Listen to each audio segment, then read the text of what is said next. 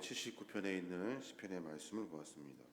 시편 79편은 바벨론 침략으로 말미암아 남유다 예루살렘 성전에 파괴된 것을 시로 이렇게 애통하는 마음으로 담아냈다면, 오늘 우리가 읽은 그 시편 80편에 있는 이 아삽의 시는 북이스라엘이 아수르에 의해서 파괴된 장면들을 회상하면서 하나님의 회복을 구하는 그런 탄원시가 될 겁니다. 오늘 우리가 시를 지은 사람이 누구냐면 아삽인데, 아삽은 다윗의 후손으로 다윗의 그 시대의 악대장을 하였던 그런 사람이죠. 그런 어떤 직분이고 어떤 직무를 맡았던 그런 것인데, 그 아삽이라는 그런 사람들이 역사적인 여러 이야기들을 시로 이렇게 기록해내고 있는 겁니다. 그래서 그때 그 당시 다윗의 인물들이 아니라 후대에 계속해서 이스라엘의 많은 역사들을 하나님께 기도하는 탄원의 시라든지 찬양으로 바꾸어서 기록해내고 있는 겁니다.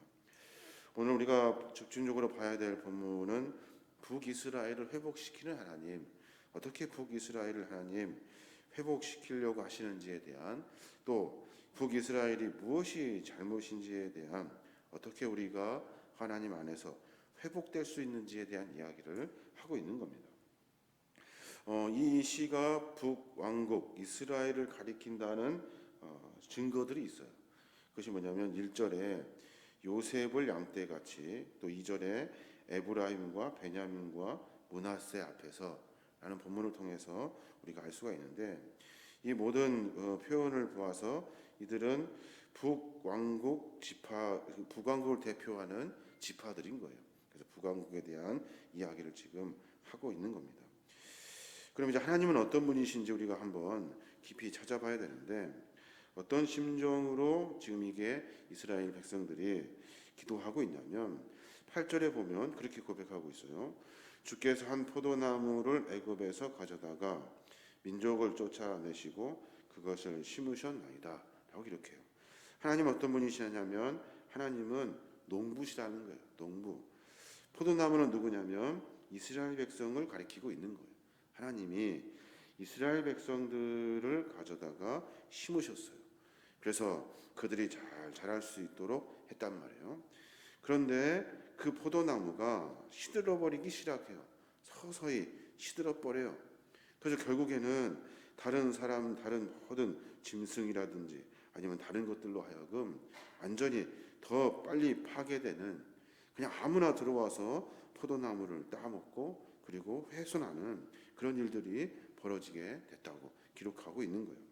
왜 포도나무가 이렇게 시들어버리고 다른 짐승들이 와가지고 이렇게 포도나무를 이렇게 훼손하는지 지금 그 이야기를 하고 있는데, 그 이유가 뭐냐면 죄악 때문에 그렇다는 거예요. 죄악 때문에, 이스라엘 백성들의 죄악 때문에 하나님이 잘 가꾸어 놓으신 포도나무가 다른 들짐승들에 의해서 훼손되고, 주께서 보호하여 주시고 그렇게 담을 쳐서 보호해 주셨는데 그 죄악 때문에 그 담이 다 허물어졌다는 거예요. 그래서 지나가는 사람이 누구나 와서 툭툭 건들고 가고, 지나가는 사람들이 그 나무를 쉽게 훼손했다는 거예요. 그래서 그 포도나무가 죄악 속에서 점점점 시들어가는 장면들을 지금 이야기하고 있는 거예요. 12절에 보면 주께서 어찌하여 그 담을 허시사 길을 지나가는 모든 이들이 그것을 따게 하셨나이까. 13절에 보면 숲속의 멧돼지들이 상해하며 들짐승이 먹나이다 라고 기록해요. 지금 북이스라엘이 다른 아수르의 침략이나 주변국의 조롱을 받고 있는 장면을 시적으로 지금 이렇게 표현하고 있는 거죠. 북이스라엘은 그 죄악이 하나님의 그 심판을 피할 수 없을 만큼 아주 만연해지게 되는 겁니다. 그 죄악 때문에 우상을 숭배하고 하나님을 무시하고 하나님의 거룩한 백성의 삶을 포기하는 그 죄악이 그들의 삶 가운데 깊숙이 들어와서 자기도 모르는 사이에 어느 순간 서서히 시들어버리게 된다는 거예요. 죄악은 어쩌면 우리가 알지 못하고 깨닫지 못하는 순간에 내 삶 가운데 깊이 자리 잡아서 내가 말라 죽는지도 모르고 내가 다른 걸로 하여금 훼손되는 줄도 모르고 죽어가는 것이 죄악이라는 거예요. 죄악의 독소가 판치는 그곳에서 어떻게 성장할 수 있고 번성할 수 있고 그 은혜를 누릴 수 있냐는 거예요. 이스라엘 백성들이 지금 죄악으로 말미암아 하나님의 그 심판을 피할 수 없는 상태까지 되었다고 이야기하고 있는 겁니다. 우리의 삶 속에서 우리도 많은 죄를 지으며 삶을 살아냅니다. 그때마다 우리가 분명히 알아야 할 것은 그 죄가 뭔지 모른다는 거예요. 내가 하는 죄를 몰라요. 그래서 어느 순간 내 안에 깊숙이 자리 잡게 되고 서서히 그 죄악의 독소가 서서히 퍼지면서 어느 순간 나도 모르게 내가 죽어가게 된다는 겁니다. 그렇게 생각해 볼 때 참으로 깨어있지 않을 수 없고 늘 삶을 점검해내지 않을 수 없어요. 말하는 것, 생각하는 것, 고민하는 것, 이 모든 것들이 어느 순간 내가 죽어가는 죄악의 독소의 요소가 될 수 있다는 거예요. 늘 삶을 점검하고 하나님 안에서 바로 설 수 있도록 늘 몸부림을 쳐야 하는 겁니다. 그럼 이제 북이스라엘이 어떻게 다시 살아날 수 있습니까? 포도나무가 다 시들어버리고 완전히 훼손됐는데 어떻게 살 수 있냐 하면 그 포도나무가 회개하는 것으로부터 하나님의 은혜를 누릴 수 있다는 거예요. 오늘 17절 말씀인데 그 말씀에 보면 주의 오른쪽에 있는 자 곧 주를 위하여 힘있게 하는 인자에게 주의 손을 얹으소서라고 기록해요.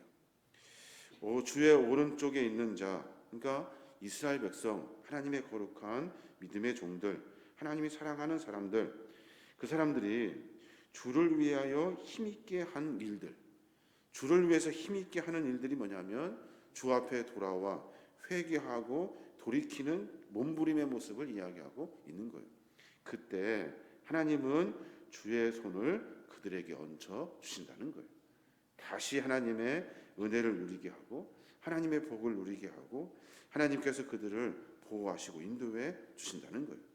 포도나무가 다시 살 수 있는 유일한 길은 회개의 눈물을 뿌리고 그 뿌리에 그 박혀있는 죄악의 그런 악한 습성들을 뽑아내어야 한다는 거예요. 눈물로 부르짖을 때 그때 하나님은 하나님의 그 구원의 얼굴빛을 그들에게 비춰주신다는 거예요. 그때야말로 죽어가던 뿌리가 다시 힘을 얻고 시들어가던 줄기와 가지가 다시 새싹이 움트게 된다는 겁니다. 죄악은 독소처럼 깊숙이 자리를 잡습니다. 독소처럼 어느 순간 나도 모르는 사이에 생명을 앗아버리고 마는 거예요. 그래서 그 죄악이 내 안에 만연해 있을 때 그때 하나님 앞에 돌아와 눈물로 회개하고 주 앞에 모든 죄를 토설할 때 그때 중병과도 같은 죽어가는 내 죄 가운데 하나님은 다시 은혜를 베풀어 주신다는 거예요. 이스라엘 백성들에게 우리 큰일 났다. 우리 포도나무가 시들어가고 있고 다른 모든 이들로 하여금 훼손되고 있다. 우리가 돌아갈 수 있는 유일한 방법이 있는데 주를 위하여 힘 있는 자들이 되자. 주를 위해서 헌신하고 회개하고 주를 바라보고 주님을 붙들려고 하는 몸부림을 갖자라고 지금 선포하고 있는 겁니다. 회개를 선포하는 시인의 그 간절한 모습, 이스라엘 백성들의 상태를 보고 안타까워서 그의 삶에 하나님의 은혜를 만날 수 있는 방법을 기록해내고 있는 겁니다. 북이스라엘 어떻게 됩니까? 아수르에 의해서 완전히 침탈당합니다. 그리고 나서 그 민족을 전부 다 이주시켜버려요. 그 땅에 살지 못하도록 이주시키고 모든 열방 가운데 이스라엘 백성들을 다 흩쳐버려요. 그리고 나서 그들이 노예로 그들이 종으로 살도록 그들의 모든 일들을 어렵게 합니다.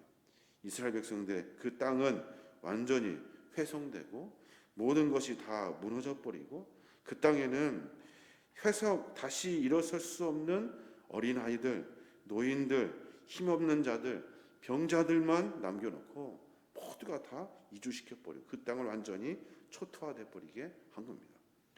그 상황에서 돌이킬 수 있는 방법은 회개밖에 없습니다 라고 이야기하고 있는 겁니다. 우리의 가정, 우리의 자신, 그리고 교회, 나라를 한번 생각해 보게 됩니다. 과연 풍성하고 열매를 맺고 건강한지 생각해 볼 필요가 있어요. 열매가 주렁주렁 맺혀 있는지 아니면 서서히 말라 죽어가고 있는지 우리가 한번 깊이 생각해 봐야 하는 겁니다. 더 늦기 전에 나무들이 시들러 말라버리기 전에 그 죄악의 독소를 제거해야 돼요. 그래서 하나님 앞에 회개의 눈물을 뿌리고 회개하여 자기 자신을 돌이킬 수 있는 삶의 모습으로 살아야 하는 겁니다. 그때 하나님의 은혜를 만나게 되는 겁니다. 회개 참으로 어렵습니다. 그냥 눈물을 흘리는 것이 회개가 아니죠. 회개는 삶을 바꾸어내는 겁니다. 그렇기 때문에 새 습관도 바뀌어야 되고 내 생각도 바뀌어야 되고 내가 주장하고 있는 고정관념도 바꾸어내는 일이에요. 그래서 그것이 죄인지도 모르고 그래서 그것을 바꾸기가 어렵기 때문에 하나님은 회개를 통해서 하나님과 깊은 관계를 통해서 삶 전체를 바꾸기를 원하시는 거예요. 이스라엘 백성들이 하나님 섬기다가 우상 숭배다가 또 우상 섬기다가 하나님을 섬기기가 쉽지 않을 거예요. 그 모든 것들을 바꾸어서 주 앞에 서야 한다고 이야기하고 있는 겁니다. 오늘 하루의 삶을 한번 점검해 봤으면 좋겠습니다. 내가 하나님 앞에 죄악으로 말미암아 죽어가고 있는지 한번 깊이 생각해 봐야 돼요. 또 내가 깨닫게 된다면 내가 회개해서 다시 돌이킬 수 있는 내 삶의 의지와 용기가 있는지 깊이 고민해 봐야 하는 거예요. 그때 내 죄악이 성령의 은혜로 생각이 나거든. 내가 돌이킬 일들이 있다 한다면 각오하고 결단하고 주 앞에 하나님의 거룩한 은혜를 만날 수 있도록 회개하고 돌이켜야 하는 거예요. 그래야 서서히 말라 죽는 그런 중증 같은 병으로부터 우리가 회복될 수 있는 겁니다. 우리의 삶의 여정 가운데 이러한 은혜를 말미암아 하나님을 다시 만나고 또 주님과 깊은 교제를 나누고 매 순간마다 하나님의 그 은혜 가운데 거할 수 있는 믿음의 종들이 되어야 될 줄로 믿습니다. 오늘 하루 가운데 그런 은혜가 충만하게 이루어지시기를 주님의 이름으로 축원합니다.